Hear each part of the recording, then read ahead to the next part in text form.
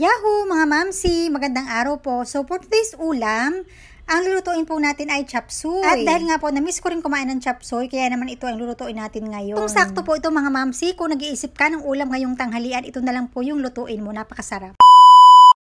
At dito nga po, meron ako dito isang box ng itlog ng pugo kasi napakasarap po talaga ng chop suey mga mamsi kapag nilagyan po natin ito ng itlog ng pugo. So balin nga po pala ay nilaga ko muna. So dito habang nakasala nga yung ating itlog ng pugo, so syempre maghihiwa muna tayo ng ating mga gagamiting gulay. So bali dito nga po pala yung pinakauno kong hiniwa at binalatan dito ay yung mga carrots. Pagkatapos ay ganitong size lang ng pagkakahiwa yung ginawa ko sa carrots.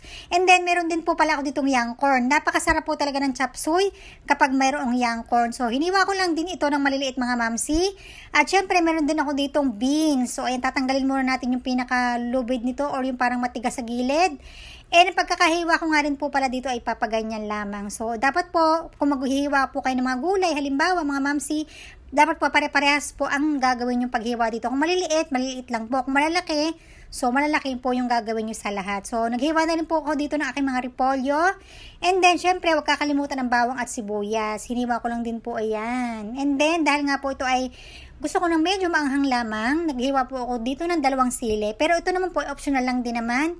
Kung may bata po kayong kasama nakakain, ay wag nyo na po itong lagyan ng sili. At dito nga po, ay wag na natin patagalin. Syempre, mag-uumpisa na tayo magluto. Naglagay lang po ako dito ng konting butter. So, hindi po muna tayo gagamit ng mantika. And then, iginisa ko na dito yung bawang at sibuyas. Nung brown na nga po yung bawang, ay inilagay ko na rin po ito, mga sibuyas, pati yung sili. Pagkatapos, ang pinakauno kong gulay na nilagay dito, ay yung young corn. Kasi feeling ko ito yung pinakamatigas. And nilagyan ko na nga rin po pala ng konting tubig para lumambuti po yung ating young corn. Pagkatapos po ng mga 2 minuto ay nilagay ko na rin po ito mga carrots. Hahaluin ko lang po ito ng mga 1 minuto. Bali ito nga po palang carrots ay ginisa ko lang ng mga 1 minuto dahil po ang gusto ko nga dito ay medyo crunchy pa rin ng konti. Inilagay ko na nga rin po para dito yung mga tangkay ng mga peche kasi medyo matagal din ito maluto at saka medyo matigas din po ito. So dito naman po, naglagay ako dito ng oyster sauce at saka ng konting asin. So wala na pong ilalagay dito iba pa na pampalasa. Oyster sauce and asin lang po ay okay na yon. So ayan, pagkatapos po ng mga 1 minuto ay nilagay ko na rin po itong mga green beans.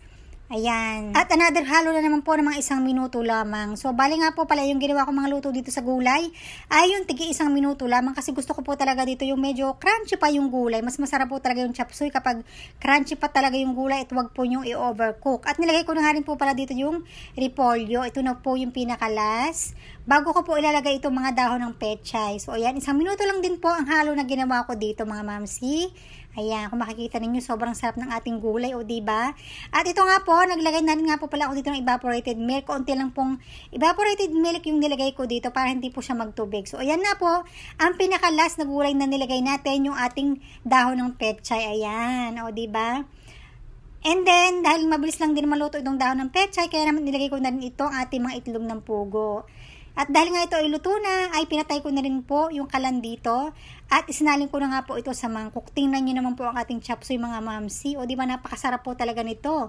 Pwede ka na makakain ng chop suey kahit na walang mga handaan. O diba pwede ka nitong gumawa sa yung bahay. At saka napakasarap po talaga nitong ulam sa kanin. Kaya naman po magluto ka na ng ganito para sa yung pananghalian. Salamat!